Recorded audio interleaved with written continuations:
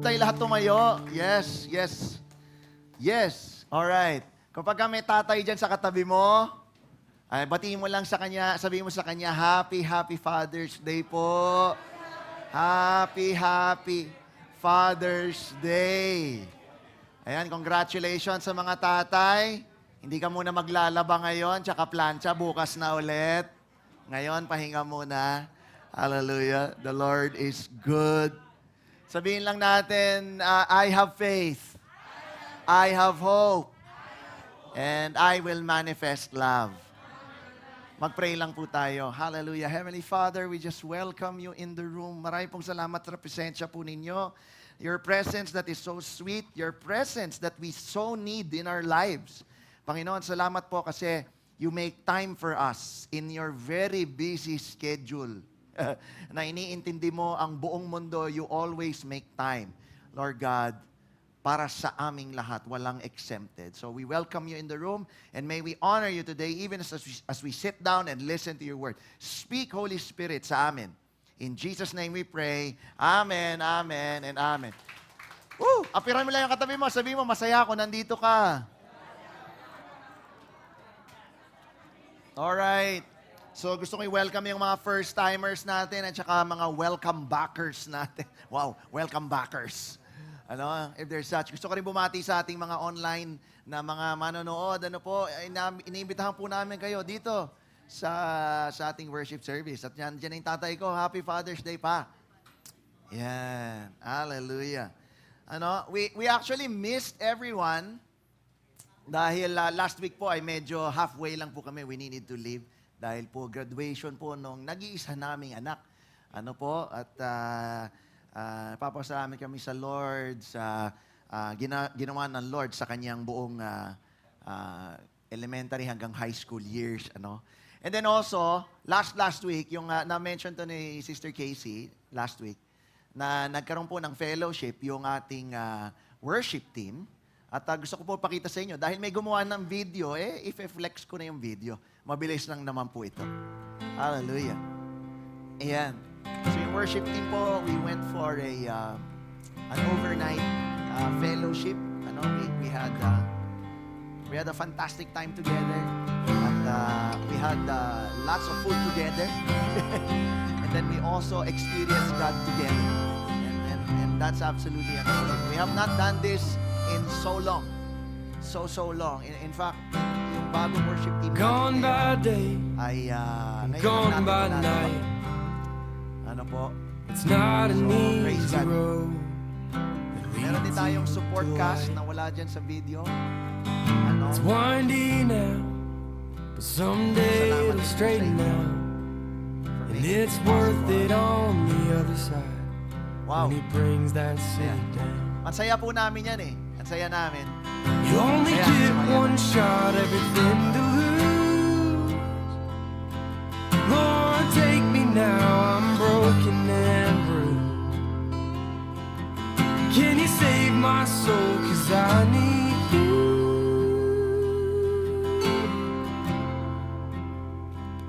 I need you. Meron pang nagpasombrero. Salamat sa aming sponsor. Sige pa, palakpakan natin ang Diyos. Thank you po, Lord. Hallelujah. The Lord is good and the Lord continues to be revealing Himself sa atin. At sabay-sabay natin siyang kilalanin lalo. And in fact, if I may say so, wag na pala tayo magsabay-sabay. Saliksikin natin ng Diyos araw-araw para mas makilala mo siya araw-araw. Wala pong lugi pag may nauna eh. Ang lugi po yung nahuhuli. Kapag hindi natin nakikilala ang Diyos, yun, nahuhuli tayo.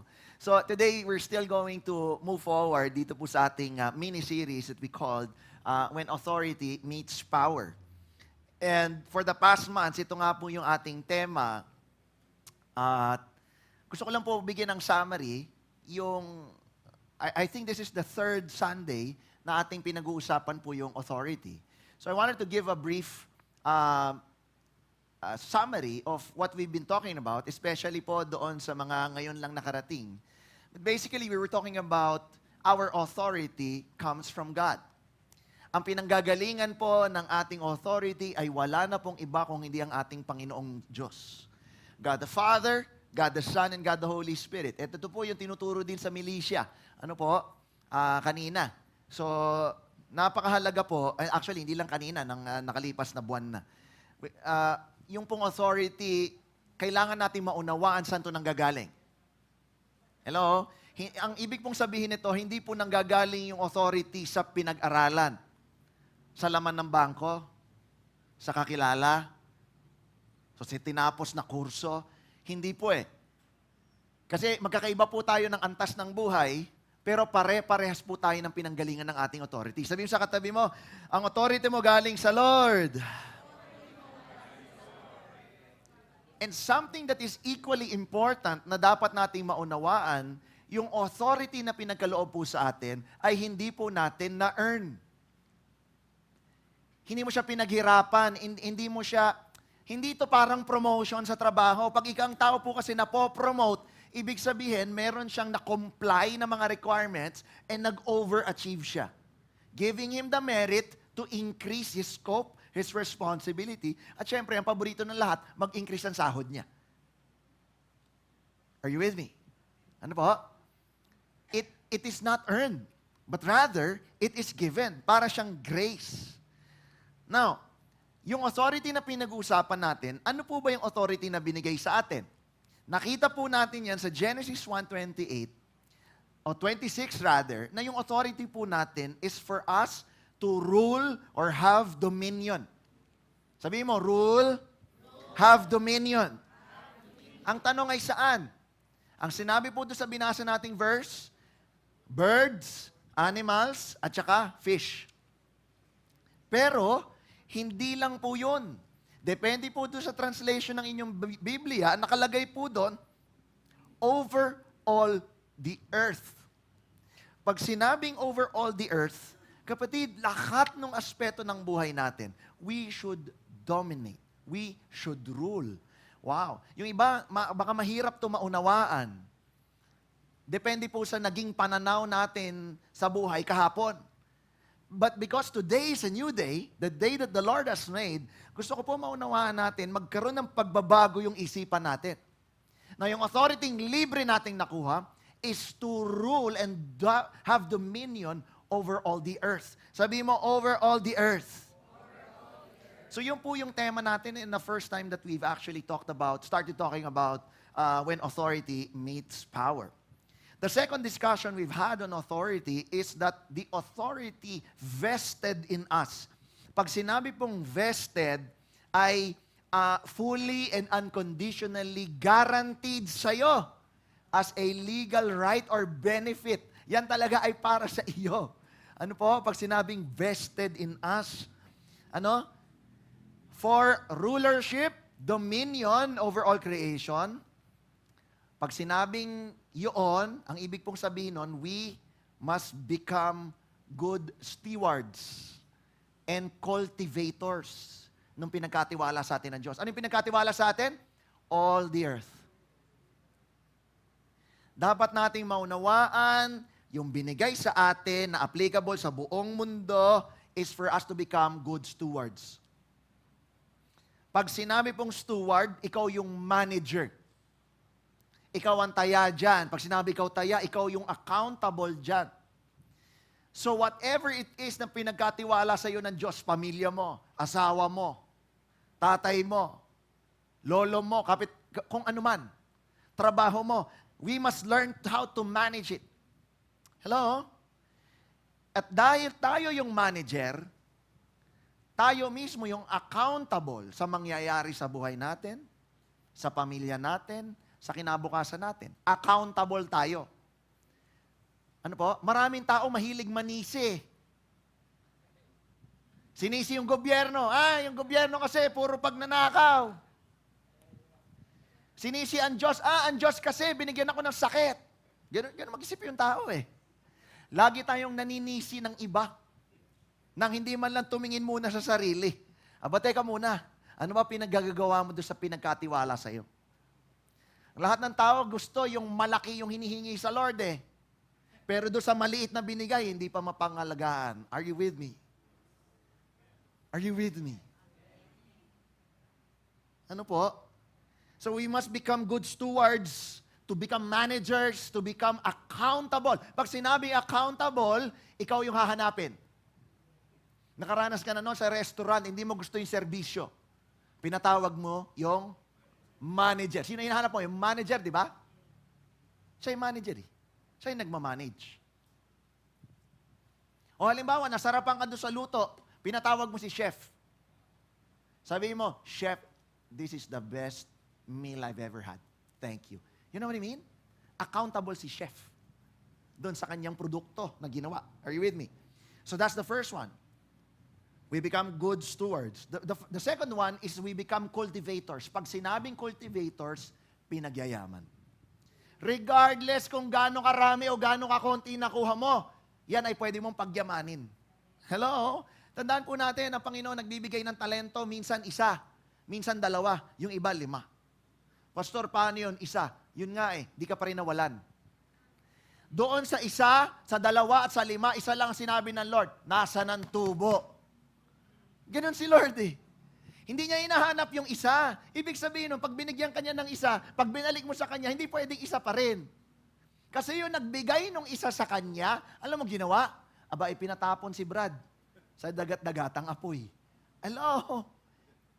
Ang Lord ay naghahanap ng tubo. Hello? Anong ibig sabihin nun?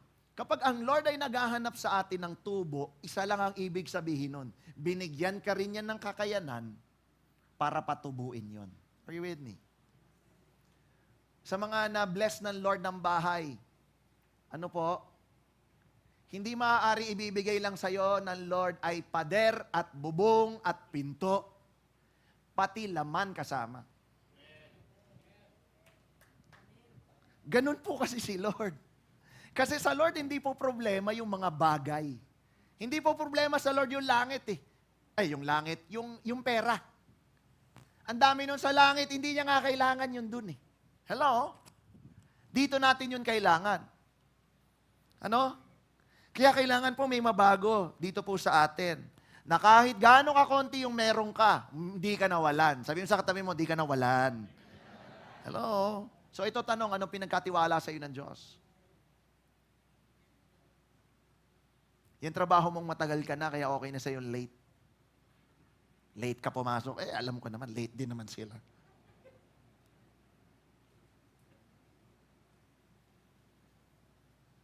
Kapatid, pag ikaw ay natanggal sa trabaho, walang sila. Ikaw lang.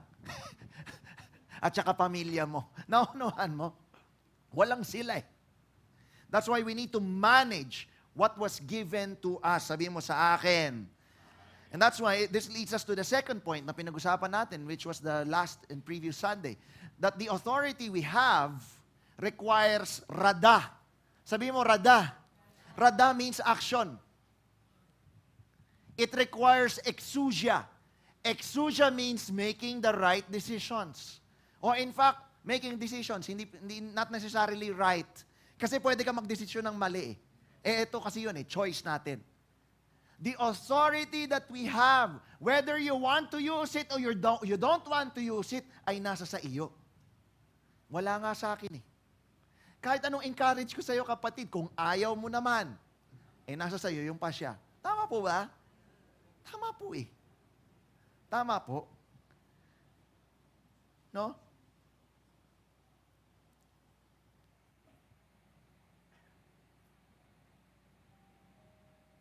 No? Nasa sa atin po. Now, kapatid, napakahalaga po na maunawaan natin itong mga konsepto na to. Kasi, sabi po sa Proverbs 23 verse 7. Pakibasa po, 1, 2, 3, fire.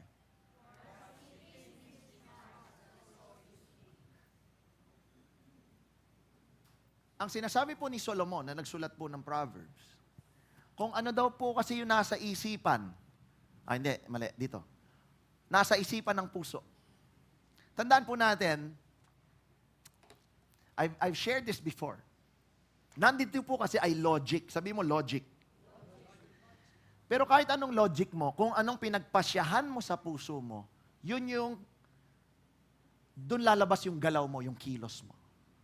It's not necessarily what's in your head or what you know, but rather what you decide in your heart to do or not to do. Are you with me? Kung ano yung pinagpasyahan mo dito, yung galaw mo, yun yung lalabas. Hindi dito. Kasi maraming tao, maraming alam eh. In fact, pag lumabas sa bibig, tama eh, di ba?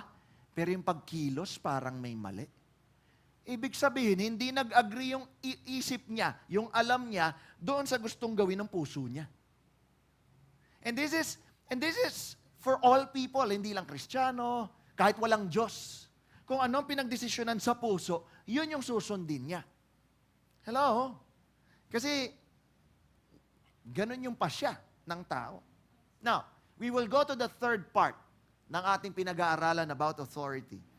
And this is something that I want to impart with you today. Ano? Kaya, kailangan gawin mo ng settled ito sa puso mo. Gawin mo ng settled na meron kang authority. Sabihin mo, meron akong authority. Galing sa Lord. Amen. Sabihin mo, kailangan akong umaksyon at magdesisyon. Yan yung kailangan mong gawin sa authority na meron ka.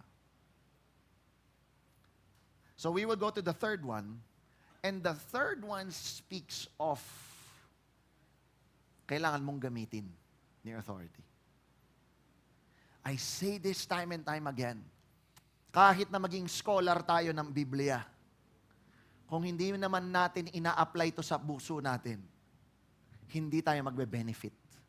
Kahit sobrang dami mong memory verses na memorize mo, kung hindi mo gagamitin yan sa buhay mo, hindi mo babago buhay mo. In fact, baka mapasama pa. Are you with me?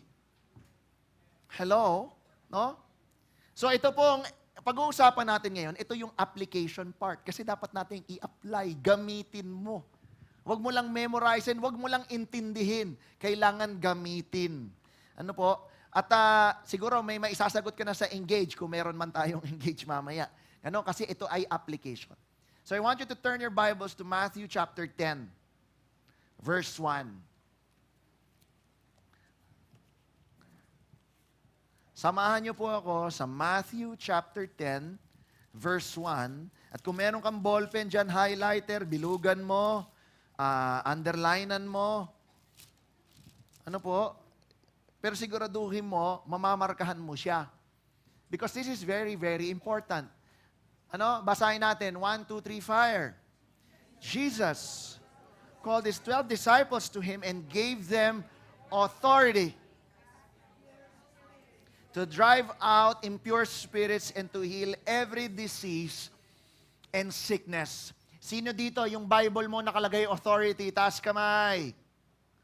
Okay. Yung iba, ano nakalagay? Power? Ano nakalagay sa Bible mo, yung hindi nagtaas? Power. Alright. Gusto ko maunawaan mo, when we go to the root word, when we go to the Greek Bible, yung authority na nakalagay dyan, ano po, ay exousia. Pinag-aralan natin yun last time at nabanggit ko yung kanina. Exousia is to make decisions. Hindi siya yung power na lakas. Dunamis yun. Dunamis. Ano? Naririnig natin kay Pastor Brian yun palagi. Dunamis, power. Yun yung strength. Kapag ang Bible mo nakalagay power, pag sinearch mo talaga yung meaning nun, ay exousia. It's not the power that we know. It's authority. Alright? So I want that to be very clear.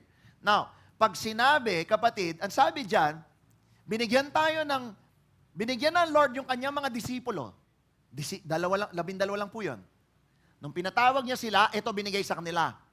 To drive out impure spirits and to heal every disease and sickness.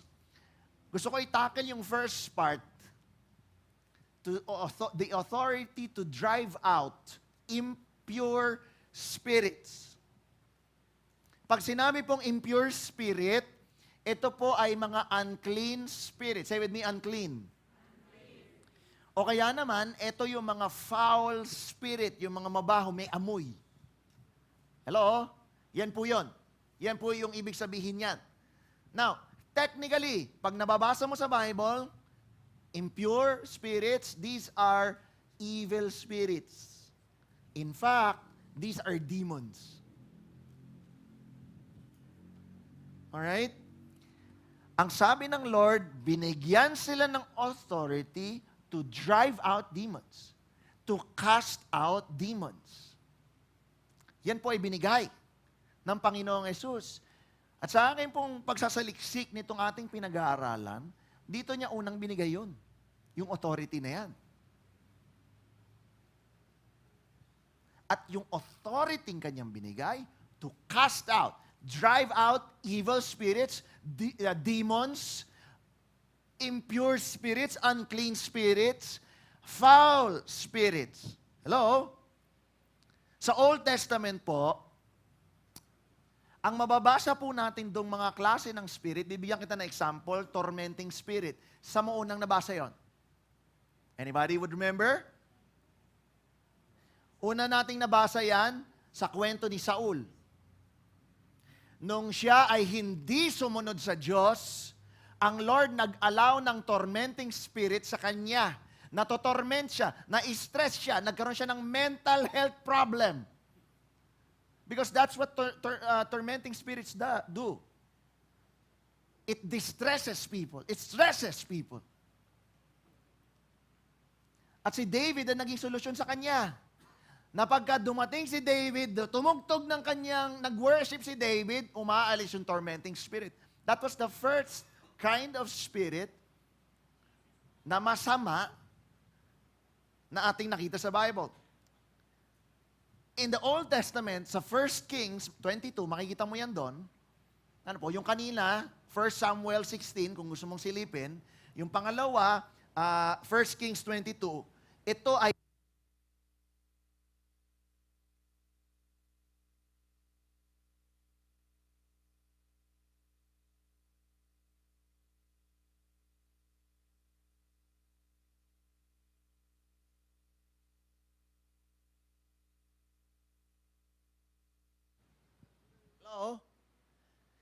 the Lord allowed lying spirits doon po, lying spirits kay Ahab pala, kay Ahab. Sino si Ahab? Asawa ni Jezebel. Na kinakatakutan ng mga propeta. Ano po? Nagsinungaling nang sa ganon, mapahamak si Ahab sa kanyang mga kaaway at mga kalaban. Hello? Thank you. Thank you, bro. And then there's actually a third kind of spirit, the spirit of ill will. Ano? Sa Judges 9, ito yung kwento ni Abimelech. Na kung saan, si Abimelech ay hindi naging maganda ang pangangatawan. Hello? Hindi naging maganda ang kanyang lagay. Hello? No? So ito po yung mga klase ng spirit na makikita natin dun sa Old Testament. Pero ang pinag-iba po dun sa Old Testament, pinayagan sila ng Lord. Wala po yung pinag-iba. Nung pumunta si Satan sa langit, sinabi, Lord, gagalawin ko to si Job. Actually, mali. Si Lord ang nag-nominate kay Job. Nakapasok si Satan sa heaven kasi pinayagan siya. Nagkaroon ng daming problema si Job in one day dahil pinayagan siya. Yung mga evil spirits sa New Testament, mga hindi po sila pinapayagan. Magkaiba po yun. Yung tinitingnan natin sa Old at doon po sa New.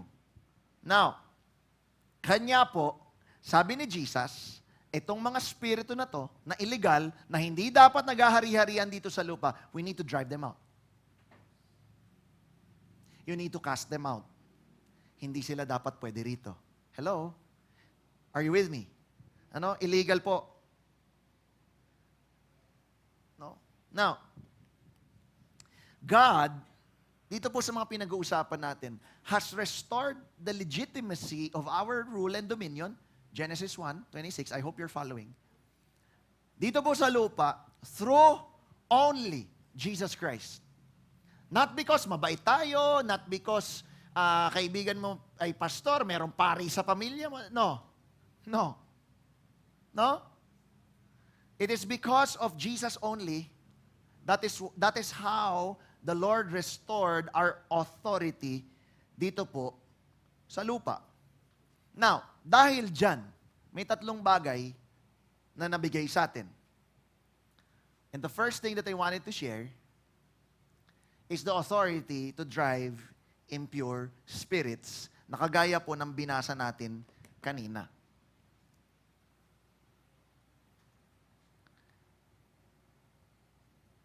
Kasi po, ang totoo, meron po talagang mga evil spirit. Kahit nasan tayo. Hello? Because when Lucifer fell, together with 1/3 of the angels, dito sila napunta. Hello? Kaya dito sila naghahari-harian. Kaya sinasabi ni Jesus, lahat ng mga naghahari-hari ang spirit, we need to drive them out. At ang totoo, when we do not drive out evil spirits sa bahay ninyo, sa buhay nyo, sa workplace nyo, sa office nyo, hello, sa church, when we do not do that, alam mo po ba, nagagalit ang Diyos. Open your Bibles, Luke 9, 37 to 43. Hallelujah. Tingnan po ninyo ito. Luke 9, 37 to 43. Lahat ng nandun na magsabi ng Amen. Basahin natin. The next day, after they had come down the mountains, a large crowd met Jesus. A man in the crowd called out to him, "Teacher, I beg you to look at my son, my only child." Pares kami, isa lang anak niya. Sabi rito, an evil spirit keeps seizing him, making him scream. It throws him into convulsions so that he foams at the mouth. It batters him and hardly ever leaves him alone. Listen. May naalihan ng demonyo yung kanyang nag-iisang anak. Ginugulpi daw yung anak niya, bumubula yung bibig. Hello, natotorment yung anak niya. Sabi niya, Lord, tulungan mo ako. Alam mo, sinabi dun sa verse 40, I begged your disciples to cast out the spirit, but they could not.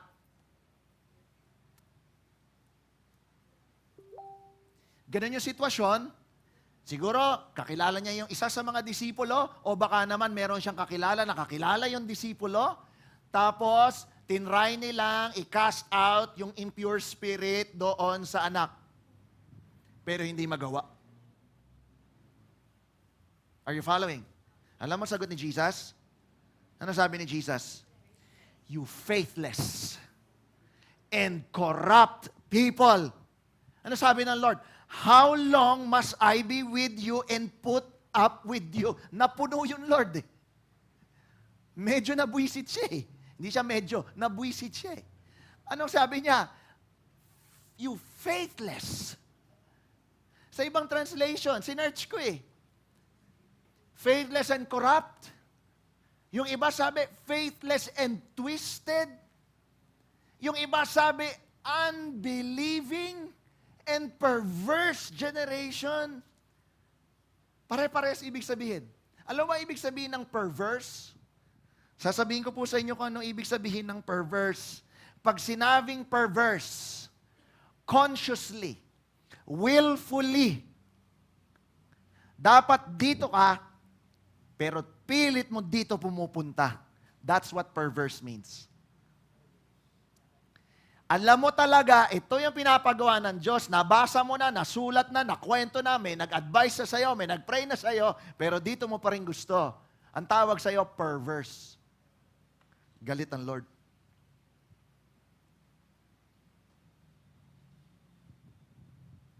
Hindi siya nagbibiro dyan. In fact, ang tapang nung salita niya eh. Faithless generation. You unbelieving generation. You perverse and twisted generation. How long? How long? Alam ni Lord, pag 33 niya, babalik na siya sa langit eh. Alam niya eh. Nagsimula yung ministry niya, 30 years old siya. Sabi sabihin, meron lang siyang 3 years. Ang ibig sabihin nun, 3 years is enough para ang tao ay mag-mature. Tanong, gaano na tayo katagal na Kristiyano? Kasi hindi po nagbibiro yung Lord eh. He's dead serious. Kaya ang tapang nung kanyang salita. Gaano ka nakatagal na Kristiyano? Ilang verse na alam mo? Ilang kwento na sa Bible na memorize mo? Ilang Bible character ang kilala mo? Alam mo yung dapat mong gawin, pero di mo ginagawa. We end up people knowing, but we're not people trusting. Hello? Na alam mo yung tamang gawin. Yes, ay oo, nabasa ko yan. Ay oo, nasulat ko nga yun sa aking journal eh. Oo, alam ko na yan. Yung tinuturo ni Pastor, narinig ko na yan. Marami, alam ko na yan. Pero yung pagkilos mo, iba sa alam mo. Ibig sabihin, nagpasya ka dito, ayokong gawin yan. Mahirap eh. Nakakatamad eh. KJ. Unahin ko muna ibang bagay. Okay naman ako eh. Wala naman akong problema eh. Hello? Kaya maraming tao, wala na prayer meeting eh. Kasi parang okay ka naman eh. Hindi mo naman kailangan ng prayer. Wow! Wow! Kailangan po may mabago.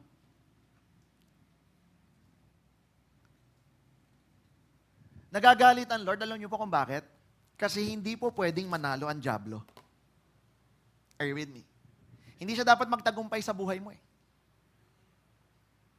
So kung feeling mo, lagi kang talunan, ibig sabihin na nanalo yung dyablo sa'yo. Hello? Kasi ang gusto ng Lord sa atin ay tagumpay na buhay. Kaya kapag alam mo ang isang bagay ay galing sa dyablo, you cast it out. You throw it out the window. Lumayas. Palayasin mo yan. Gamitin mo yung authority mo. Hello? Alam mo, totoo? Hindi po nananalo ang dyablo sa buhay mo. Gusto ko maunawaan mo, hindi siya nananalo. Alam mo kung ano nangyayari pag sa mga panahon na para siyang nananalo? Sasabihin ko sa iyo, nagpatalo ka.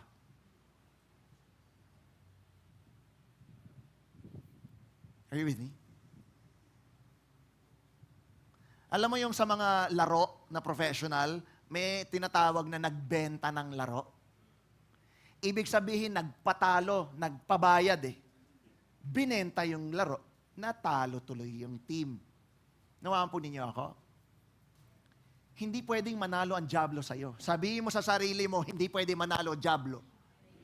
Sabihin mo sa katabi mo, hindi pwede manalo ang dyablo sa'yo.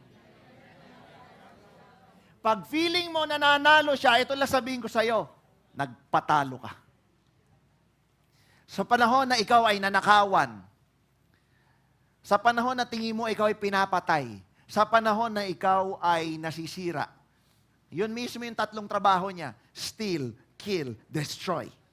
Pag feeling mo ganun nangyayari sa buhay mo, hindi siya nanalo, ikaw ay nagpatalo. Bakit? Kasi meron kang authority. Pwede siyang ma-drive out. Are you with me? Church, this is serious stuff. This is serious stuff. Pero sa ministry ni Jesus, 3 taon lang kaya na mag-mature yung tao. Kaya 3 taon lang siya nag-minister. Kung if it had taken longer, he would have stayed longer. But he did it. In fact, he could have started nung siya ay 7 years old, kagaya ni Josiah, na naging hari, 7 years old. So halimbawa, buhay niya hanggang 33, alam niya naman yun eh. No? So, kung ganun kahabang panahon yung kailangan ng tao para mabago ang isip, ang puso, 7 years old pa lang, nagsimula na siya magtrabaho. Hello? Although, nung kanyang kabataan, I think he was 12, nung nawala siya, sa templo, nagtuturo na siya. Hello? Pero nagkaroon siya ng disciples, noon lamang 30. Hello? What that means? Tayo, ikaw at ako, 3 years lang. Pwede na mabago buhay natin. Kaya na. So kung ikaw ay bagong born again, fresh, 3 years lang, bro. Kaya mabago buhay. Kasi ganun yung model ni Jesus. Now, sabi ko, no, hindi pwede manalo ang diablo sa buhay mo. Ibig sabihin, pag nananalo siya, nagpatalo ka kasi. Nagdesisyon ka rito. Wala na, hindi ko na kaya. Hindi ko to alam. Tapos hindi mo inalam kung ano yon. Hindi ko na to kasalanan, sa ibang tao na talaga to. Hindi mo minanage. Hindi talaga to ako. Hindi ka accountable. Kapatid, there's something wrong. Nagpatalo ka. Are you with me? No. Jesus knows it. Hindi ka pwede matalo, kaya siya nagagalit. You know what? Satan knows it. Na hindi mo siya matatalo. Sabi ng salita ng Diyos, if you are for me, who can stand against me? Wala. Pag nasa sayo si Jesus, hindi ka talaga matatalo. Si Satan knows it. Hello? Ang tanong, ikaw ba alam mo yon? Well, I'm hoping alam mo na ngayon. No? Thank you po, Lord. Now, hindi ko sinasabing maging ghostbuster ka. Kasi sabihin mo, may authority pala ako. Sige, punta ako sa lahat ng haunted house meron sa amin. No. Pupuntahan mo lahat ng nuno sa punso. No. Kapatid, hindi tayo naghahanap ng away sa diablo. Hello? Wala kang makikita sa Biblia ang nagganon. So, wag na natin gawin yon. Tatandaan mo, full gospel church tayo. Pastor, ano ibig sabihin ng full gospel? Yun lang nakasulat din eh. Yun lang sinusunod natin. Kasi, kaya tayo full gospel. Simula Genesis hanggang Revelation, simula cover hanggang doon sa likod na cover, ito lang yung sinusunod natin. This is our constitution. Can I hear an amen? Huwag kang maghanap wag mong hamunin ang diablo. Dahil sabi mo may authority ka. Hindi po ganun. Now, balikan natin yung Matthew na 10:1. Sabi po dyan, so pinag-usapan natin yung una, authority to drive out impure and clean spirits. Yung pangalawa is to heal every disease and illness. Can you hear an amen? Kapatid, I want you to understand, pag sinabing disease, hindi lang po ito sa Biblia, kahit sa siyensya. Pag sinabi pong disease, meron pong diferensya yung physical mong pangangatawan. Are you with me? Halimbawa, ang isang bata ay napanganak na kulang ng daliri o kaya naman sobra. o kung ano man kulang doon sa bata, hindi po yun physically normal. Are you with me? Yung mga sinasabing congenital disease. Hindi po siya normal. Ang tawag po doon ay disease. So anything na hindi normal, so halimbawa, ang isang babae na dapat nanganganak, hindi manganak, it is a disease. Ganon din yung lalaki. Kasi ang normal, ang babae ay nagpo-produce at ang lalaki, kasi sinabi ng Lord, Genesis 1, go and multiply. It is a natural thing for us to be able to do that. Are you with me? So if there's nothing, if we can't do something naturally, it's a disease. Yun yung ibig sabihin. Ngayon, ang ibig pong sabihin naman ng sickness, ay ito po ang pananaw ng society sa kondisyon mo. Halimbawa, yan si Brad yung naka-blue. May sayad yan. Nakunahan mo? Yun yung tingin ng society. Sickness daw po ang tawag doon. I-search mo. Search mo. Okay? Search mo. Meron pang isa na hindi nakalagay dyan. Nakalagay dyan, disease at sickness eh. Meron pa kasing isa, illness. Ano naman po yung illness? Yung illness, ito ay very subjective sa iyo. Meron kang iniinda, meron kang nararamdaman. Ang feeling mo ang bigat, ang feeling mo ang sakit, ang feeling mo hindi mo na kaya. That is an illness. Meron po kaming kasama kahapon, senior na. Siya po ay nadulas. Ang nangyari, Ngayon, ang state niya ay siya ay nakahiga. Hindi siya makatayo. Ano? When I saw him yesterday, sabi niya, "Oh, kumusta kayo?" Sabi, "Mabuti." Sabi niya, "Ako, ito, wala na akong pag-asa. Ito na, hindi na ako makaalis dito." Nunuhan mo? Illness.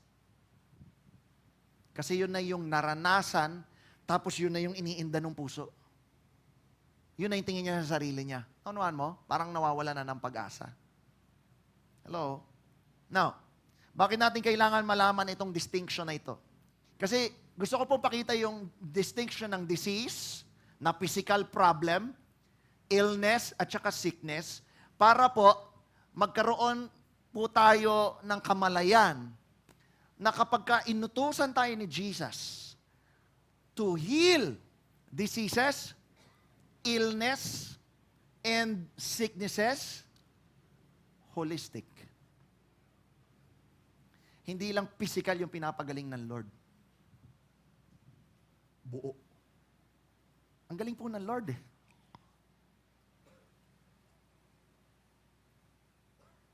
So hindi siya kagaya ng mga magagaling na doktor na mataas ang PF kasi marami nang na-perform na surgery o implants.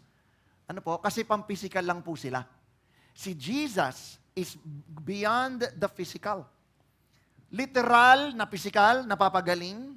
Ano po? Yung emotional na state ng tao, kayang pagalingin. At higit sa lahat, yung even the tingin ng society. Imaginein mo, yung mga pinagaling ni Jesus, sabi ng iba, di ba yan yung bulag?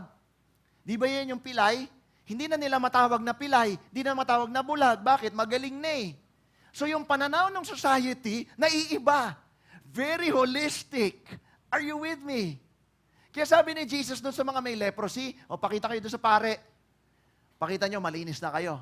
Bakit? Kasi yung mga pare nagsasabi, eto si Brad, may leprosy yan, huwag nyo lapitan. Eto si sister, may leprosy yan, huwag nyo lapitan. Ano ninyo? Pati yung babaeng inaagasan ng dugo for 12 years, masama tingin sa kanya ng tao eh. Kasi madumi, unclean sa kanila yun eh. Kapag ka may menstruation, no, yung babae, dire-diretso yung menstruation, 12 years. Hello? Iba tingin. Ganun ang tingin ng society. Ayan yung bagay, laging may dugo. Naunahan mo, sira yung image. Pero when Jesus, when He heals somebody of diseases, sicknesses, and illness, holistic. Sabihin mo, holistic. Hallelujah. And that's why, pinag-usapan natin to the last time eh. Si Jesus, binigay niya yung shalom niya sa mga disciples niya. My peace I give you. Kasi yung peace ng Lord, holistic. Lahat ng aspeto ng buhay mo pwedeng makaranas ng pahinga. Can I hear an amen? Hallelujah. Kapatid, kapag ka naunawaan mo to, it gives us a different perspective what healing means. Kasi pag nagpe-pray tayo sa may sakit, lagi natin, ano po ba masakit sa inyo? Ano po ba nararamdaman ninyo? Tapos pinagpe-pray natin, yun lang, di ba? Lord, masakit daw po ulo niya. Sa pangalan ni Jesus, patungan niyo po ng iyong kamay. Ang sakit ng ulo, mawawala, mare-restore ang kanyang cells, gaya, etc. In Jesus' name, Amen. Masama po ba yun? Hindi po. But I want you to understand, we need to look at healing differently. We need to ask, Lord, ano po yung emotional problem nitong tao na to? Illness. Lord, ano po yung sickness nitong tao na to? Society, tingin sa kanya ng mga tao. Huwag tayong manatili lang doon sa disease. Kasi yung disease pang physical lang eh. We need to look at healing differently. When we pray for people, we ask God, Lord, what do you want to say to this person? Pag pray mo yung sakit niya, yes, yung physical condition, yes. Pero magtanong ka pa rin, Lord, what do you want me to say to this person? Or what do you want to say to this person? Use my lips. Alam mo kapag nangyari yon, hindi lang physical na kondisyon ng tao mababago. Yung actual na kondisyon niya, mababago. Hello? Hello? Are you following? Hallelujah. Ano? Gusto ko po, ang tindi ng authority na binibigay sa atin ng Lord. Tumatagos. Hindi lang sa buto. It pierces through the soul.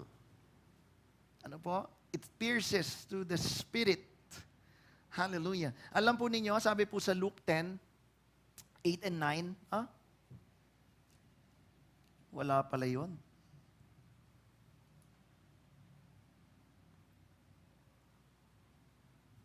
Hindi ko po pala nailagay. Eto pala. Hindi ko pala na-click. Luke 10. Sabi po dyan, when you enter a town and are welcome, eat what is offered to you. Heal the sick who are there and tell them the kingdom of God has come near to you. Malapit na po ako matapos. So the first thing po na sinasabi natin o pinag-aralan natin, binigyan tayo ng authority to drive out, to cast out impure spirits. Yung pangalawa na pinag-aralan natin is to heal diseases, sicknesses, illnesses na hindi lang physical. At dahil sabi natin si Jesus ay holistic, pati spiritual. So ano yung pangatlo? Yung pangatlo po na ibinigay sa atin ng Panginoon is the authority to establish the kingdom of God. This is the third thing. Remember, yung pong earth should be a colony of heaven. Pag sinabing colony ng heaven, ano ang available sa langit, dapat meron din sa lupa. At kabaligtaran, kung ano yung wala sa langit, dapat wala din naman sa lupa kasi colony. So all the benefits, all the perks na mayroon sa langit, dapat mayroon dito.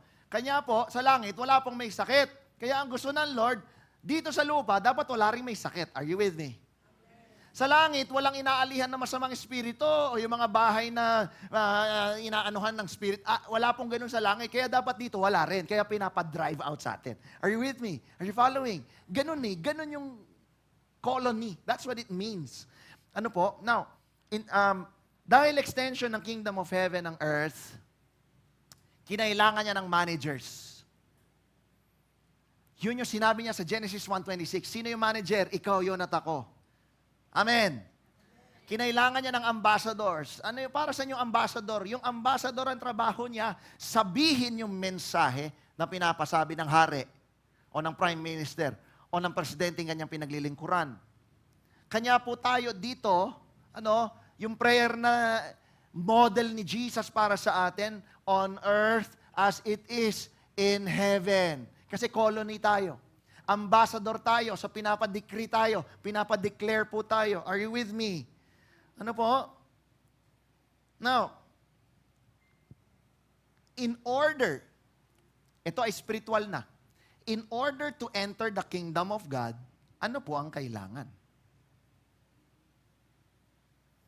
Dapat alam na natin ang sagot dyan. Pero gusto ko pong samahan niyo ako sa John chapter 3, verse 5. John chapter 3, verse 5. Bilugan mo, underline mo, highlight mo kung ano. Basahin po natin. 1, 2, 3, fire. Jesus.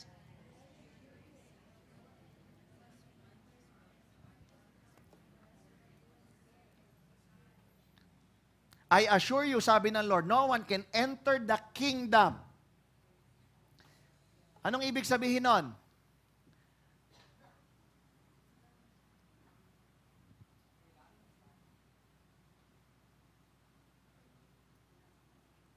Kailangan natin pumasok. Ibig sabihin, nasa labas tayo. Basahin mo ulit. No one can enter. Ano ibig sabihin nun? May tao sa labas. And to enter, kailangan daw ma-born of water and spirit. So, kung ito po ay kingdom ng Lord, nandito po tayo sa labas, kailangan natin pumasok. Paano daw po makakapasok? Born of water and of spirit. Gusto ko po maunawanin niyo. Yung born of water, maihahambing po natin to doon sa baptism na ginagawa ni John the Baptist. The baptism of John the Baptist is by water. Tama po ba? Yung water na yon is the baptism of repentance. Kailangan magsisi. Kaya po walang nakakapasok sa langit ng hindi nagsisisi. Hindi pwede. Kaya po pagka, halimbawa, meron kang ginagawa na hindi ayon sa salita ng Diyos, tas ayaw mong gawin, hindi ka nagsisisi. Ang tawag sa'yo ng Lord, nagwawala. Hindi ka nawawala, nagwawala. Magkaiba po kasi yung nawawala ka lang, sa nagwawala ka, hindi, alam ko yung tama, pero ayoko gawin. Nagwawala. Sabi ng Lord, wag daw hanapin yun. Hayaan mo na siya. Nagwawala, hayaan mo siya. Yung nawawala, yun yung hahanapin. Yung tupang nawawala lang, naligaw lang, hanapin natin. Kaya si Jesus, iniwan yung 99, hinanap yung isa. Are you with me? Are you following? No? Pero yung nagwawala, wag daw hanapin yun. Hayaan mo na siya. Wow. Ang bigat. Wow. Ang bigat po nun. Napakabigat po. Alam po natin mapagmahal ang Diyos, tama? Pero gusto ko maunawaan mo, ang Lord ay hukom. He is also a judge. So binabalansi po yung nature ng Lord. Kasi pag sinabing mapagmahal, wag po magagalit yung mga nanay sa akin, Father's Day naman. Yung mga nanay, yung anak, laging, hindi, okay lang, mali na, okay lang, Pag mga tatay, hindi, mali, ganyan. Taunuan mo, magkaiba eh. Magkaiba eh. No? Si Lord ganun. Tatay eh. Balanse. Are you with me? No? Now, atras mo lang. Nasa John 3 ka na, di ba? Atras ka sa verse 3. Nasa verse 5 tayo kanina eh. Nailagay ko ba yan dyan? Nandyan pala. Ano sabi? Very truly, I tell you, no one can see the kingdom of God unless they are... Wala na pong mas malinaw pa rito. Wala. Ito na po yung pinakamalinaw na verse sa buong Biblia. Kung bakit po mahalaga na ang tao ay ma-born again. Pag sinabing born again, this is born of the Spirit. That's what it means. Kanina, born of water, to repent. Nagkasala tayo, binigyan tayo ng susi ng Diyos. Repent ka lang. Say sorry to God. Pag sinabing repent, kung halimbawa, dito ka nakaharap, may kasalanan ka dito, sabihin mo, ayoko na ng kasalanan, Lord. Tatalikod na ako dyan. Dito na ako harap. Kasi ang ibig sabihin nun, kung nandito ang kasalanan, diablo kaharap mo dyan. Ano ibig sabihin nun? Nandito si Lord sa kabila. Ganun lang po kasimple. Ganun lang po siya kasimple. If you're facing the wrong direction, you're not facing God. Kaya sabi ni Pablo, fix your eyes on Jesus. Hello? Ang hirap po no, no? Exorcist ang dating natin ito. Kapag nakaharap ka sa kasalanan, pero walang ganun eh. Kaya kailangan tumalikod eh. Yun yung repentance, water. Para ma-born again eh, born of the Spirit.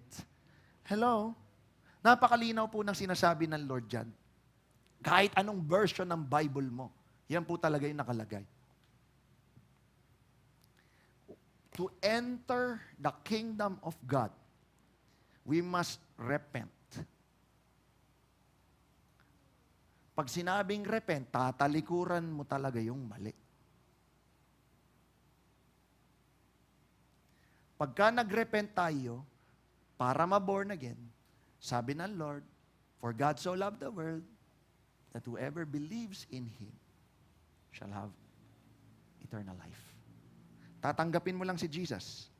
Papaniwalaan mo siya. Believe. Sabi kanina, you unbelieving. It's time to believe God that He is the way, the truth, and the life. And once we do those two things, to repent and accept Him as Lord, that's the only time we can enter. Hindi pwedeng isa lang. Doon sa dalawa, dadalawa na nga lang yung requirement eh. Hello? Ano? Kaya maraming tao, kilala si Jesus. Oo, kilala dito. Ay, oo, December 25 siya pinanganak. Ay, oo, baby siya. Ay, oo, pinako sa krus. Ay, oo. Pero tanong, kilala mo ba si Jesus? Na alam mo, binigyan ka pala ng power para hindi ka alihan ng demonyo. O yung buhay nyo, dinedemonyo, pwede mo pala siyang palayasin. Hello? Na hindi ka pala kailan pwedeng matalo sa demonyo, hindi pwede. Hindi obra eh. Na pag natalo ka pala, hindi siya nanalo, nagpatalo ka. Because you gave up. You gave up on the word. You didn't believe the word. Pagpapalain ka ng Diyos, sabi sa'yo, sabi mo, paano naman ako pagpapalain eh? Hirap na nga kami doon sa tuition ko.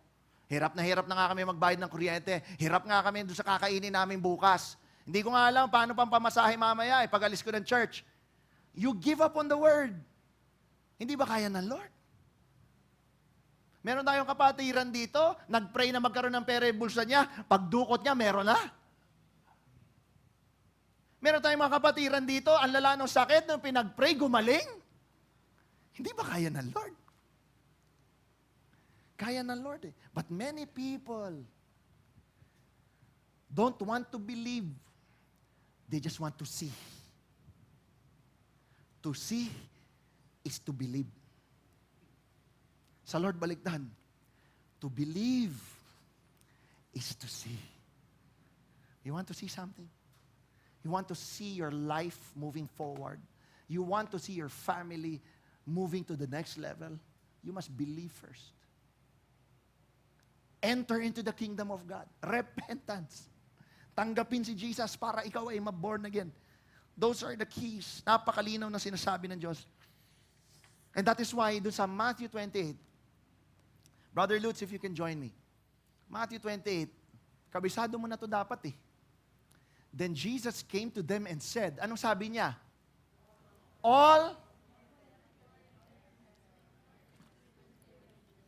Alright, stop. Sorry, we're gonna pause there for a bit. All authority in heaven and on earth has been given to me. Gusto ko maunawaan mo, nung si Jesus hindi pa bumababa sa langit, lahat ng authority na yun sa langit. But because He came down on earth, ang legitimate na dapat nagro-rule sa earth ay tao.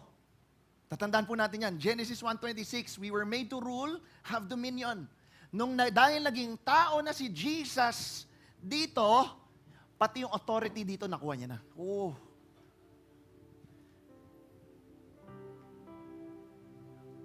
Are you following? Now, nung nakuha niya daw yung authority, sa langit, given eh. Nung nagkatawan tao siya, pati dito sa lupa, anong sabi niya? Therefore, go. Sino kausap niya dito? Disciples. Alam pa sino pang kausap niya dito? Ikaw. Ako. Kasama tayo dito. Kasama tayo dito. Make disciples of all nations, baptizing them in the name of the Father, the Son, the Holy Spirit, and teaching them to obey everything I have commanded. Woo! And surely I am with you always to the very end of age. Si Jesus literally spelling out authority para sa atin. That all authority na bigay na sa Kanya in heaven and earth, granted to Him by the Father, He has authorized us. He has deputized us. He has ambassadorized us, if there's such a word. Ano? Dito po sa lupa. We have become the legal representatives of God here on earth. That is why, pinagpe-pray ka ng Diyos. Kasi kung anong lalabas sa bibig mong decree o declaration, pinapakinggan. Kasi ikaw yung authorized eh. The Lord can do whatever He wants. Nga lang, naglagay kasi siya ng clause sa Constitution, Genesis 1:26 na yung tao will rule and have dominion. Kanya ganon, dahil ganon, may mga tinalaga sa ating responsibilidad na dapat nating gampanan. Hello?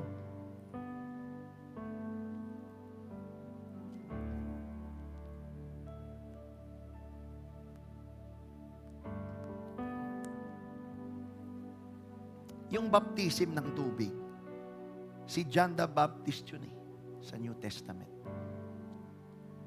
Pero alam mo, nung dumating na si Jesus, sabi ni John the Baptist, He must increase, I must decrease. Kasi Tapos na yung role niya, yung purpose niya, yung mission niya sa buhay. His mission was to prepare the way of the Lord. And he did that exactly. So when the Lord came, wala na siya yung purpose. Tapos na siya. No? Tapos na eh. Yung pinapagawa sa'yo, pag nagawa mo na, tapos na. Okay na. Graduate ka na. May diploma ka na. Ano po natin? Tignan mo. Pero si Jesus, binigay na sa atin. Baptize them. Kaya tayo nagbabaptize hanggang ngayon. Kahit wala na si John the Baptist. We continue to baptize people today. Alam ko meron pang hindi nababaptize dito, i-schedule natin. We baptize them. Binigay na kasi yun ng Lord sa atin. Alam pa kung anong binigay sa atin? To teach. Kapatid, turuan mo yung anak mo. Turuan mo yung apo mo. Turuan mo yung kaibigan mo. Turuan mo yung magulang mo kung kailangan pang turuan. Turuan mo. Ano tuturo mo? To obey. Obey the word of God, the commands of God, the will of God. Ano po? And most importantly, let's not just teach them, but show them.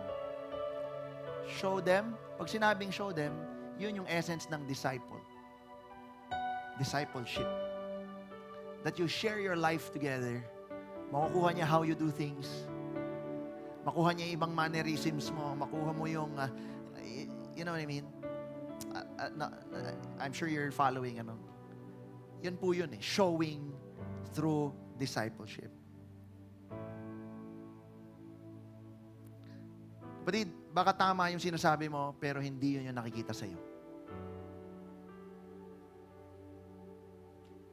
Baka tama sinasabi mo, pero hindi naman pala halata sa gawa mo, sa asal mo.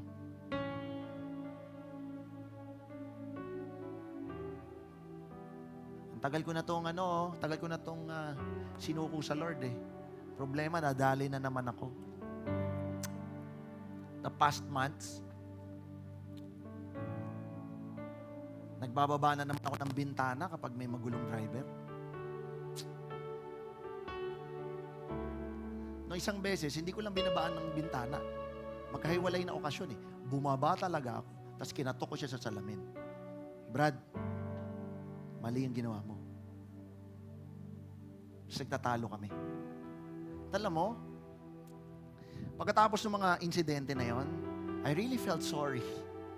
Nag-sorry talaga ako sa Lord. Lord, sorry. Napabalik ako doon sa dati. Nanilayawan ka na, matagal na panahon na, bumalik. I just apologized to God and said, hindi akong papatalo. Gagamitin ko yung authority ko to choose not to do that again. May authority ako eh. Ano naman yun? Hindi naman ako bihag ng diablo eh. Meron akong pwedeng pasya eh. The enemy can only tempt you. Pero pag ikaw ay kumagat, ikaw yung nagpasya. Hindi siya, ikaw. Are you with me? Ang trabaho niya, i-tempt ka lang na i-tempt. Kulitin ka lang ng kulitin, sundutin ka lang ng sundutin. Pero pagka sumakay ka ron, kinagat mo yon, ikaw yun ang nagdesisyon. Eto. Alam mong hindi tama yon, pero ginawa mo kasi nagpasya ka dito. Nagpadala ka sa emosyon, nagpadala sa bugso ng damdamin. You know what I mean? Inadali na naman ako. So nag-sorry ako. Pero sabi ko, Lord, authority tinuturo ko eh. Authority din gagamitin ko. Hindi na yun maulit. In Jesus' name. Church, exercising our authority is not encouraged. Hindi kita i-encourage na i-exercise mo authority mo. Kasi mandate yan ng Lord. Kanya siya galit eh. Nagagalit siya doon sa binigay niya sa iyo na hindi mo naman pala ginagamit.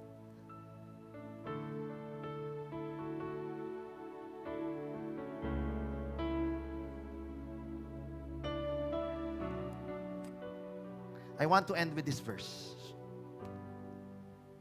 And I will close now. Luke 10, 1-4.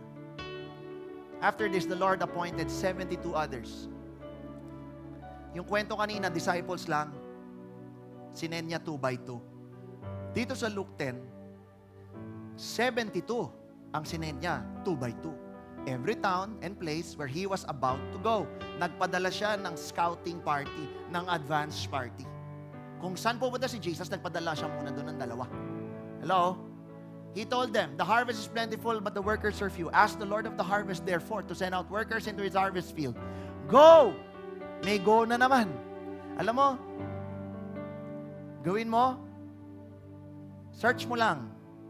How many times did the word go reflect in the Bible? Search mo lang, para makita mo. Kung ilang beses tayo inutusan to go. I am sending you out like lambs among wolves. Do not take a purse or bag or sandals, and do not greet anyone on the road. When I was reminded of this verse, I wanted to end with the verse. Kasi, dalawang bagay gusto kong makita mo dyan. Number 1,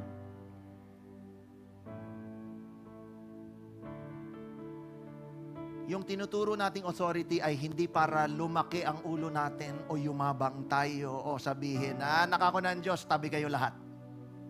No. Yung sinabi niya, go, I am sending you like lambs among wolves.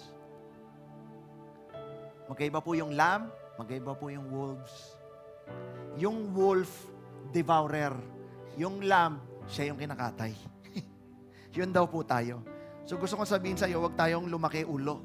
Hindi ko po ito tinuturo para yumabang ang mga Jagsgonian. Hindi po. Kailangan maunawaan natin, gagamitin lang natin yung authority natin based sa Word of God, hindi para yumabang. Number 2, gusto kong makita mo, verse 4. Diyan sa same verse na yan. Do not greet anyone on the road. Nung pinadala tayo ni Jesus, sabi niya, go! Kapatid, ano ba daw inaantay mo? Naantay mo bang gumraduate muna yung anak mo? Inaantay mo ba munang yumamang ka? Inaantay mo ba munang gumaling ka? Ano ba inaantay mo? What are you waiting for? Sabi ng Lord, huwag ka nang tumigil dyan, huwag ka na rin bumati ng ibang tao kasi nung araw, pagbatian nila, mahaba, may konting kwentuhan. Ano po? Sinasabi ng Lord, bilisan mo na. Sinasabi ng Lord, gamitin mo na yung authority mo ngayon. Umalis ka na dyan, let's go and use the authority na pinag-uusapan natin. Church, we are studying all about authority because naniniwala ako, this will be a big part of our next phase dito po ng ating pong simbahan. By August, we will be turning 21. If we do not understand the authority that we have, we will not be able to fulfill what God is asking us to do. To be locally significant and globally relevant. Tandaan mo, 3 taon lang ang kailangan ni Jesus para ang tao ay mabago buhay. That is exactly what happened to the disciples. That's why they were on fire. Tanong ko sa iyo, gaano ka nakatagal na Kristiyano?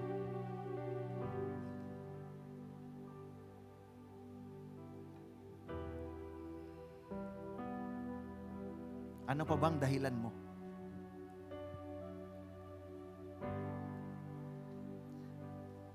And the Lord said, just go. Use the authority. So, kapatid, is there an area in your life perhaps na hindi tama, baluktot, o hindi ayon sa kalooban ng Diyos? Ikaw lang makakasagot niyan.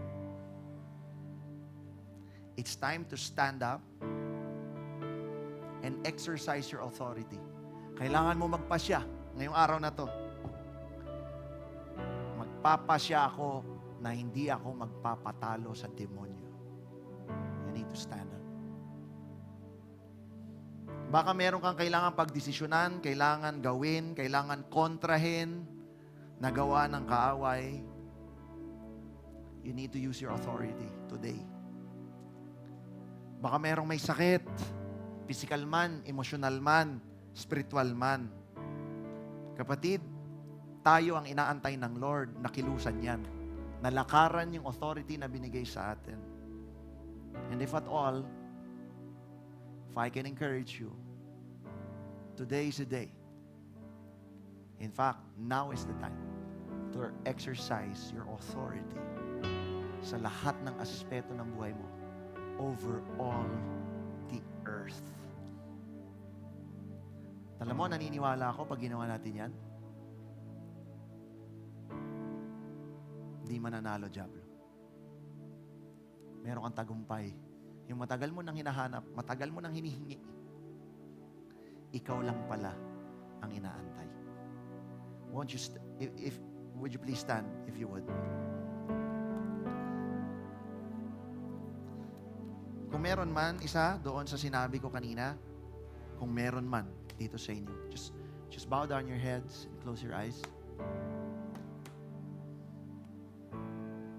Feeling mo mahina ka, feeling mo feeling mo talo ka palagi, feeling mo ikaw yung bidang hindi manalo-nalo. Na parang everything is delayed. Church, you have the authority na galing sa Diyos. Hindi galing sa kung kanino man, hindi galing sa anong title o degree. It came from God, the Creator of heaven and earth, the Creator of the universe, na siya nang nagsabi, sa Kanya, walang imposible. Ooh!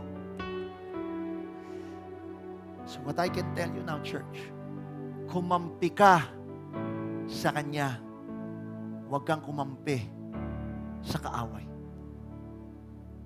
The enemy wants to bring you down, but God wants to take you to the next level. If you're that person, I just want you, habang nakapikit po ang lahat, if you can just lift your hand today. Oh, hallelujah. Just close your eyes. Just close your eyes. Don't mind the people around you. Just close your eyes. Kung ikaw yon, taas mo lang kamay mo. Thank you po, Lord, for the hands. Kung ikaw yan, sabihin mo lang. By the authority vested in me by Jesus, King Jesus, I will choose to stand on the Word of God. I will choose to believe the Word of God. I will choose to obey God sa aking sarili, sa aking pamilya, sa aking trabaho, sa aking negosyo, sa aking school, sa aking community, sa aking ministry. So help me God. Amen. Babaan nyo na lang po kamay. Heavenly Father, we all need you. We all need your power. We all need to exercise the authority that you have freely given in the first place. Patawarin niyo po kami, O Diyos, kung naisasantabi namin yun, o hindi namin inunawa, o pinilit namin na huwag unawain. Patawad po, Diyos, sa oras po na ito. Titindig po kami doon po sa tama. Because the truth will set us free. Free from bondage. Free from sin. Free from oppression. Free from sickness, illness, or even diseases, Panginoon. In the mighty name of Jesus, the authority vested in us, that you have invested in us. Wow! May you see us being the light and salt of the world. Thank you po, Lord. We honor you. In Jesus' name we pray. Amen. Sa pagkakataon na ito, if there's anyone na hindi mo pa nasuko yung buhay mo sa Diyos, whether you're here or online, hindi mo pa naranasan yung mag-repent at tanggapin si Jesus, the two requirements to enter into the kingdom, I will offer you that today. Walang bayad, libre, maniniwala ka lang. So kung ikaw yon, sabihin mo lang, Panginoong Hesus, salamat po sa pagkakataon na pwede kitang makilala sa mas malalim na paraan. Patawarin niyo po ako sa aking mga pagkukulang, sa aking sarili, sa aking kapwa, at higit sa lahat sa inyo. Binubuksan ko po ang puso ko. Pinapapasok ko po kayo iniimbitahan. Kayo po ang maging Panginoon ng aking buhay. Kayo po ang maging aking tagapagligtas. Tulungan niyo po ako na baguhin ang aking sarili, ang aking isip, ang aking puso. Dahil hindi ko po kaya mag-isa. Simula po ngayong araw na ito, gusto ko po, O Diyos, na mas maging close sa inyo kaysa kahapon. Salamat po. In Jesus' name, Amen.